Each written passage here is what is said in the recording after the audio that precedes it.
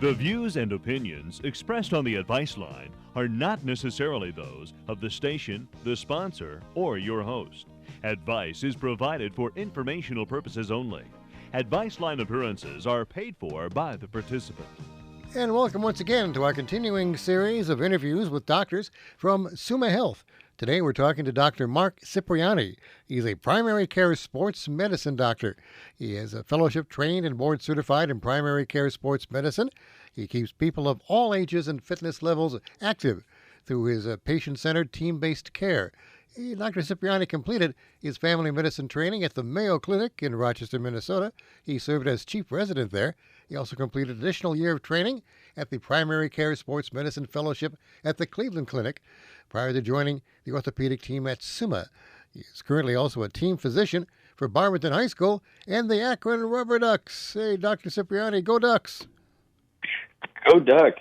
Thanks for having me this afternoon. Thanks for being on. That's got to be a kick to be a team doctor for the baseball team. Is that a lot of fun? It's a great time. It's fun to see those young guys out there performing at a high level and continue to see them succeed with the Guardians here this year, who are having a heck of a season. Yeah, it's a great thing. Great team to watch. Great to go out there and see them hustle like that. So that's got to be fun. But primarily, though, we're talking about the entire career in sports medicine. So, Dr. Cipriani, can you give us an overview of what sports medicine is? Yeah, so again, wanted to thank you for having me on here. Talking a little bit today about sports medicine. It's an interesting thing and something that I think we as sports medicine physicians have sometimes even struggled to define ourselves, where this began out of a process of, hey, how do we take care of people who want to be active and sort of this bore out sports medicine. But terms like primary care sports medicine or non-operative orthopedics, musculoskeletal medicine, all of these terms kind of define a little bit the pieces and parts that we participate in, because you don't have to be an athlete, you don't have to be playing a sport to be someone who could benefit from the skills and training of a sports medicine physician. So the way I look at it is really we're treating the musculoskeletal system. So that's going to include things like our muscle groups, our bones, joints, ligaments, and tendons. And for some youth athletes, that includes the brain, right? We do treat things like concussion as well. So looking at, again, the sort of whole of the musculoskeletal system without surgical intervention unless needed. So, Doctor, what initially drew you to the field of sports medicine? Yeah, so for me personally, I kind of found the field as a medical student, and what was most appealing to me was the ability to work with people who want to remain active. That's one of my lifelong goals. I really enjoy, being outdoors, hiking, camping, kayaking, those kinds of things.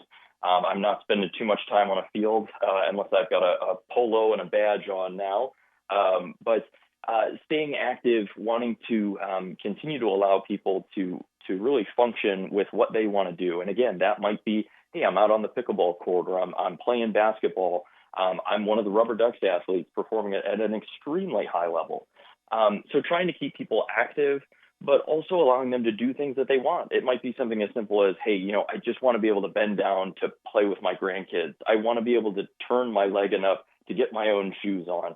So trying to work through things where I simplify this into both pain and function, trying to move that forward, helping people meet their goals for activity wherever that may lie. Now, how is sports medicine different from orthopedics? Yeah, fair question. There is actually a lot of overlap between what myself as a primary care sports medicine physician and my orthopedic surgery colleagues do. And we share a lot of patients. The biggest difference here is going to be that I'm not going to the operating room where the surgeons are. But as far as our diagnostic workups, and often made together, we are using similar exams, imaging studies, and sometimes similar procedures leading up to a potential surgery. And that's where I think the biggest difference lies, is that my surgical partners, they go to the operating room with scalpels and sutures and joint replacement parts, lots of other pieces to try and sometimes get to hey, we have exhausted everything, or we really have to put this back together. We've got something that's living in a different zip code from another, and we need to bring them back together. Hey, we got to suture that together, or we've got to screw that back together, so to speak. So a lot of overlap, a lot of collaboration. Sometimes we really need that surgical intervention, and we're so glad that they have the training they do to be able to accomplish those end results. From my standpoint here, again, I think the biggest difference is we're all working on the same pieces and parts. Just we're not going to the operating room. Now, when should a patient see a sports medicine doctor instead of an orthopedic doctor?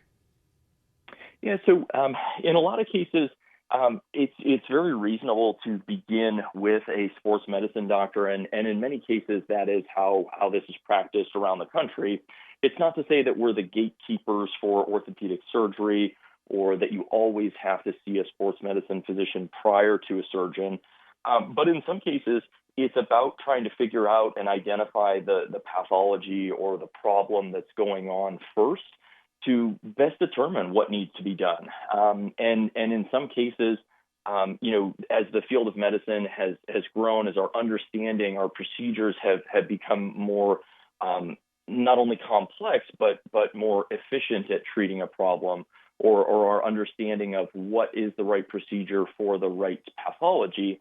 A lot of times it's in figuring out, again, who's the right person for us to see. And as a sports medicine physician, we kind of really do go head to toe. So that doesn't mean we specialize just in knee and hip replacement.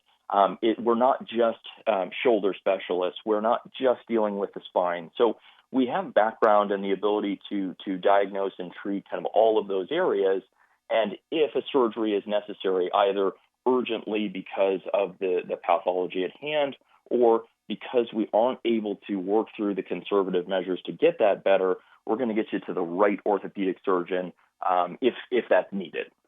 So, what are some of the most common sports injuries that you see in your practice? Yeah, I think on the sports medicine side, we think about, and the sports injury side, we think about some of our big joints, and that's going to be shoulders, especially for our throwing sports and throwing athletes, and knees as well, for really any sport primarily. But as we're thinking about summertime here, and fall sports are knocking on the door, we've got football and soccer coming up. We definitely see a lot of knee and shoulder injuries. But again, like I said, we really do go head to toe. So that might be youth athlete concussions, necks, back, hands, elbows, wrists, all the way down to the toes. You name it, we'll be seeing it. And like I said, again, trying to work through, hey, what's going on here, and how best can we approach and treat this. So, doctor, take us through your process for diagnosing a particular sports injury. Yeah, so I think the most important part, and this would stand for a lot of things within medicine, but really is the story, the history about what's been going on, for how long. Was there an injury that prompted these symptoms, whether it be pain or instability, swelling within a joint? Just trying to understand the background for each individual patient, because while there are definitely patterns within medicine, that's not to say that everything follows the exact same way it should, or, hey, this is how I read about it in school, and this is how it's always going to show up, because there's always exceptions to those rules. So the history from the patient does really become an important part of this, to try and identify where do we think we should begin. And then I think beyond that is a really thorough examination from a physical standpoint.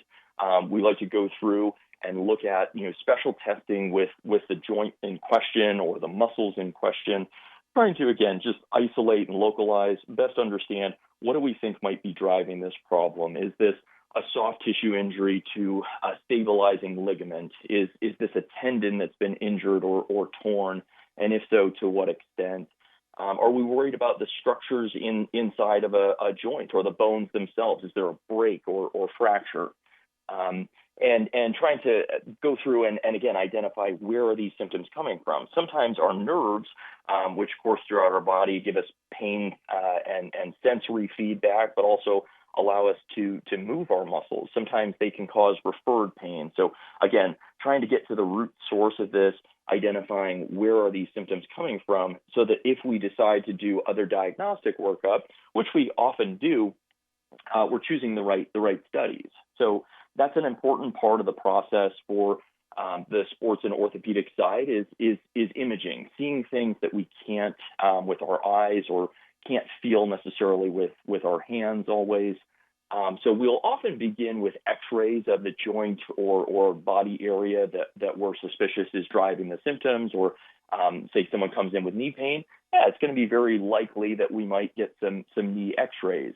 And then in that workup or evaluation, choosing very specifically, very carefully, which views of those joints that we want, so that we can get the best picture. Because just one snapshot in time and one alignment may not be enough information. We may not see that really subtle fracture, or we may not see that there's narrowing of that space until we move the joint in a different alignment and then take a picture in that way. So imaging does become a very important part of the diagnostic process, and typically that's going to begin with X-rays.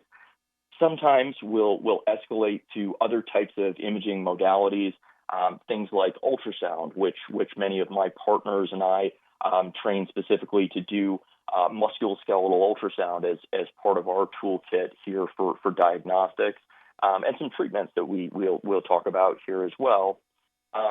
Things like CT scans enable us to look very well at bones and very quickly look at a lot of bony anatomy there.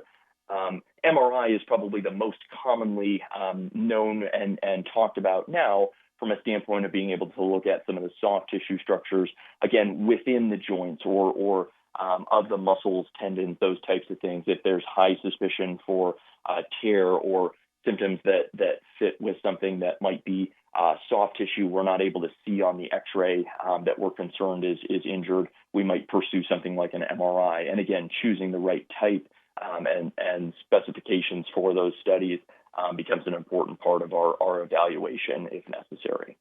Well, what part of our bodies tends to be the most injured in typical athletic endeavors? Yeah, so I think it depends a little bit on our age, to be honest, and what our activity is.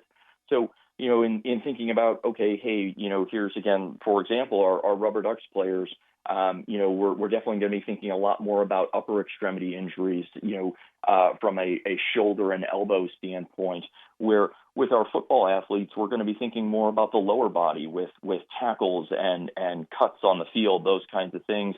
We'll be thinking a lot about knees and ankles. As we age, and maybe we aren't playing contact sports as frequently or as readily, we're going to be thinking about, hey, what type of activities, again, keep us active, or what do we do for a living, right? Somebody who is walking a lot, hey, we may be seeing symptoms related to their feet or ankles. We do think about those weight-bearing joints as we age, as far as the potential to develop arthritis. It's not to say it's always a guarantee that we develop arthritis as we age, but it is a very common thing that many people experience, and I'm sure we all know someone who has dealt with either personally or professionally that we know has some arthritic kind of aches and pains that come up. So that is something that we treat throughout the body in looking at some of that, what we refer to as osteoarthritis, or wear and tear is sort of the common vernacular for that type of arthritis. Although we do think that is probably a multifactorial thing, not just the age of each person, but things like prior injuries or our biologic sex, our genetics, we think, plays some role as well. We don't fully understand that yet, but there are different types of arthritis, which could be a whole lecture series of its own. But things like autoimmune conditions, rheumatoid arthritis, or things like axial spondyloarthropathies, these kind of more rare things that do happen, and that's part of again that diagnostic process that we were just talking about, sometimes we will evaluate with some lab work if someone has a picture here that fits with a more systemic problem. And then while we may be trying to help manage some of those symptoms, we might be recruiting other specialties like rheumatology, who might help us with some of those underlying inflammatory disorders at times. We're talking with Dr. Mark Cipriani, who is a primary care sports medicine physician at Suma Health here in Akron. How do you handle situations where an athlete, especially a young athlete or a professional athlete, is eager to return to play before they're fully healed? Yeah, so I think we're as athletes, and really just everyday people in general, we're always looking to get better, get back to doing what we want to as fast as possible, and so it's trying to find the right balance. And I use the analogy of our cars pretty regularly here. When's the right time to hit the gas? When's the right time to hit the brake? As far as trying to get our athletes back out on the field. In the same way, when somebody is admitted to the hospital, the first thing that we're trying to do, besides figure out what's going on, is get them out of the hospital. So I would look at that from the sports medicine side. When an athlete is injured, well, yes, we want to identify what is the problem here. We want to try and figure out how do we get them back to doing what they want to do and competing against others or themselves as quickly as possible, but as safely as possible. So it depends on the context of the injury in a lot of scenarios. If this happens, hey, on the sideline and on Friday nights, most falls, you'll find me on the Barberton football sideline. We're trying to look in very short order at what just happened, what can the athlete tell us, what did we see with our eyes, and go through a brief sideline exam. Is this something that we are worried that there's something really wrong here that says, hey, no, you can't go back in, you can't give this a go here, or hey, you can prove to us that, yeah, this might hurt a little bit, but everything's stable in here, the bones seem like they're intact, everything's in the right place, and prove to us on the sidelines that, hey, you can do, let's say in this example, football moves, and you can go out and perform at your position all the things that you need to do, and we might let them play through a little bit of pain. So it depends a lot on the injury, and then it comes down to, again, all right, hey, if there's something that's going to say, hey, we really can't go with this, how do we start to work through that? We want to try and maintain as much of their fitness level as we can, and there's a big emphasis on at this time too, and it's interesting, in hearing some of the Olympic athletes here as we're ramping up for the summer games here in Paris this summer, talking about mental reps. And so even if you can't be out on the field going through physically every route you're going to run or every drill with the ball that you might be dribbling through as an attacker on the soccer field, we go through these mental reps of what is expected of an athlete on the field, on the pitch, on the course, and that becomes an important part of the rehab process so that they maintain engagement not only with their team, but with their sport, everything that they're supposed to be doing. And then we're oftentimes working with athletic trainers and physical therapists on targeted rehab approaches. What can we do to keep them in shape? What can we do to improve the function of the affected area after an injury? And then getting them back just absolutely as soon as possible.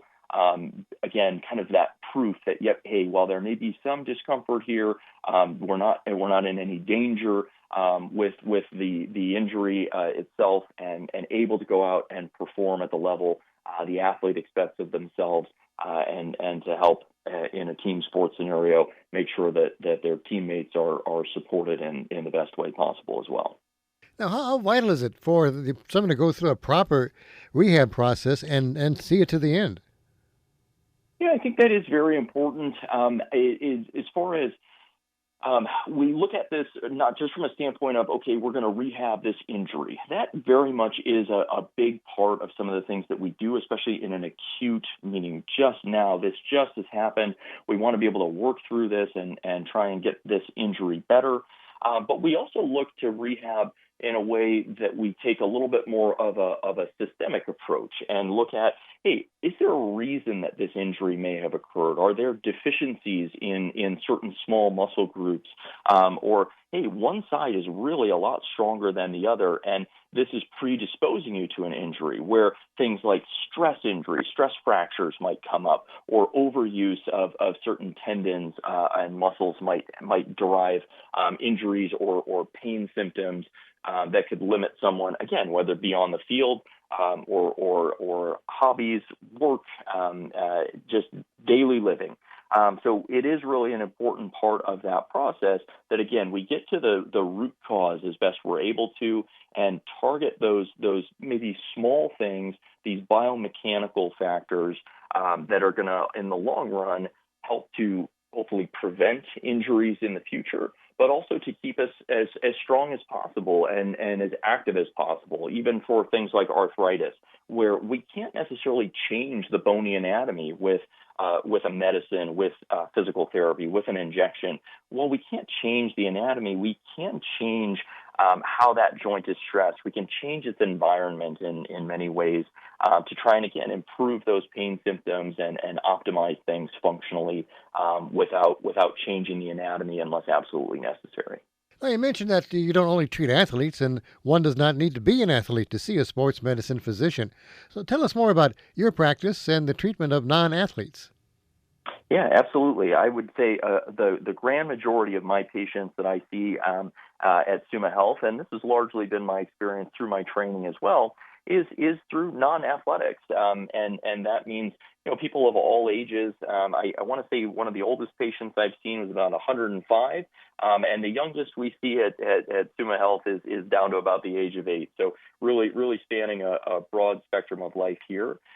But when we think about people outside of the typical athletic age in youth sports, especially the highest volume of athletes, we get into adulthood, we start thinking about, again, some of these processes where we have a little bit of mileage on these joints now, and it doesn't always mean, hey, there's a big injury that prompts this. This may be something that comes up over time, and it starts to become increasingly painful or increasingly limiting, and things like arthritis or changes inside the joint of the cartilage that cause pain and inflammation, that is absolutely in our wheelhouse.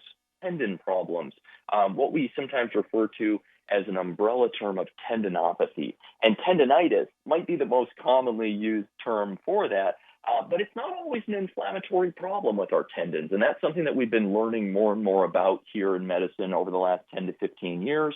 And again, finding, hey, what is the driving factor underneath here? And is this something that we can address with medicines, with therapies? Do we need other types of interventions, whether that be injections or special procedures, surgeries, et cetera, to try and address? So absolutely, we see people of all ages, and like I'd say, most of my practice, I would say 90% or more, are patients who are not involved in competitive athletics or organized sports in any sense. Hey, we are treating musculoskeletal problems. Dr. Cipriani, can you tell us about, say, a time you collaborated with other members of the orthopedic team, such as physical therapists, trainers, surgeons, to put together a successful treatment plan and explain how that works? Yeah, so I would say that is just a part of every day for me. There's not a day that goes by that I don't send someone to see most likely the physical therapy team as far as working on things. If I'm seeing a high school athlete, I'm working with their athletic trainer, and my surgical partners. Like I said, when this is appropriate, I am not here to play keep away from the surgeon. I'm here to get you to the right one, the person who's going to be best suited to take care of the problem at hand. I think maybe a common scenario here where we'll work together as a group outside of athletics is let's go back to an example here. A patient, let's say, is in their 60s and they have some hip osteoarthritis or some degenerative change of the cartilage inside their hip. They're starting to experience some groin pain, some difficulty getting in and out of their car, maybe putting shoes and socks on. And we see them, we get some x-rays, we know, hey, there may be some mild arthritis in here. Let's try and work on some things to correct the mechanics around this joint. Let's strengthen everything up as much as we can to avoid stress on that joint. That's going to be done with a physical therapist. We might prescribe a medicine to try and take as needed to help with pain symptoms. If those symptoms are progressing, let's say a year or so goes by and, hey, we're still having some more pain here. Things got better for a little while, but this is just getting to be a little bit more difficult. We might think about things like targeted injections, image-guided injections into the joint to try and help decrease that inflammatory response. And we might do those with some regularity as long as we're seeing some improvement with that. There's no magic time frame that says, hey, this is exactly how often we have to do this or need to do this. And we may get to a point where, hey, this has been working pretty well, but this is just getting even tougher for me. That motion is getting even worse. I'm still having some pain symptoms. And hey, wouldn't you know, when we look at those x-rays again, a few years down the line, we're seeing advanced arthritis. And now we're going to talk to the joint replacement surgeons about a hip replacement that might be able to correct that underlying problem now that we've sort of exhausted some of those base cares where it's not appropriate with mild arthritis to say, hey, we just got to replace this straight away here. So it's a collaborative approach throughout sort of the life cycle there of the joint. And again, this can vary wildly depending on the person, their pathology, severities, et cetera. But absolutely, the musculoskeletal system is a team sport on and off the field. Yeah, about a minute left, Doctor. What are some of the latest advancements in sports medicine they're using now at Summa Health? Yeah, so I think a couple I'd like to just highlight real briefly, some image-guided injections, so using ultrasound in the same way that we would to look at a heart or the baby in the uterus. We use ultrasound to visualize specific joint structures, muscles, tendons, and nerves to do targeted injections, various different types of injections that we'll do, but using that imaging guidance allows us to be as accurate and safe with our procedures as possible. A couple of things that are sort of on the newer side here with sports medicine. We're doing procedures that we call percutaneous tendon and fascial debridements. So just a small incision in the skin. We go in with a tool to help kind of suck out scar tissue within those soft tissues. Much less downtime than a traditional open surgery. So in the right patient, that might be something that could be a great option that a sports medicine or primary care sports physician might be able to perform. And the final thing I'd highlight is something that one of my partners and I are doing. It's a procedure called iovera, and we're basically freezing small sensory nerves, typically around the knee joint, to try and decrease pain in someone who is anticipating they may need a knee replacement or may not be healthy enough to have a knee replacement. Another alternative for us to try and help address those pain and function symptoms. Once again, Dr. Mark Cipriani is a primary care sports medicine physician at Summa Health. Dr. Cipriani, how can somebody get an appointment in the sports medicine department at Summa Health? Yeah, so for sports medicine, we actually don't have to have a referral. We do get a lot of referrals from our primary care and emergency department partners, which we're, of course, very grateful for. But you don't have to have a referral to see us on the primary care sports side. You can give our office a call. It's going to be 330-835-5533. And myself or my partners would be happy to see you. Excellent. Dr. Mark Cipriani, primary care sports medicine physician at Summa Health and a team physician for the Akron Rubber Ducks. Keep those Rubber Ducks going, man. Like to see those guys playing well. And we'll talk to you hopefully sometime in the future. So again, Dr. Mark Cipriani, thank you so much for being with us here on WNIR Kent Akron. And we wish you a lot of luck in your career. And again, a lot of luck with working with those high school and professional teams. Thank you very much. Appreciate the time.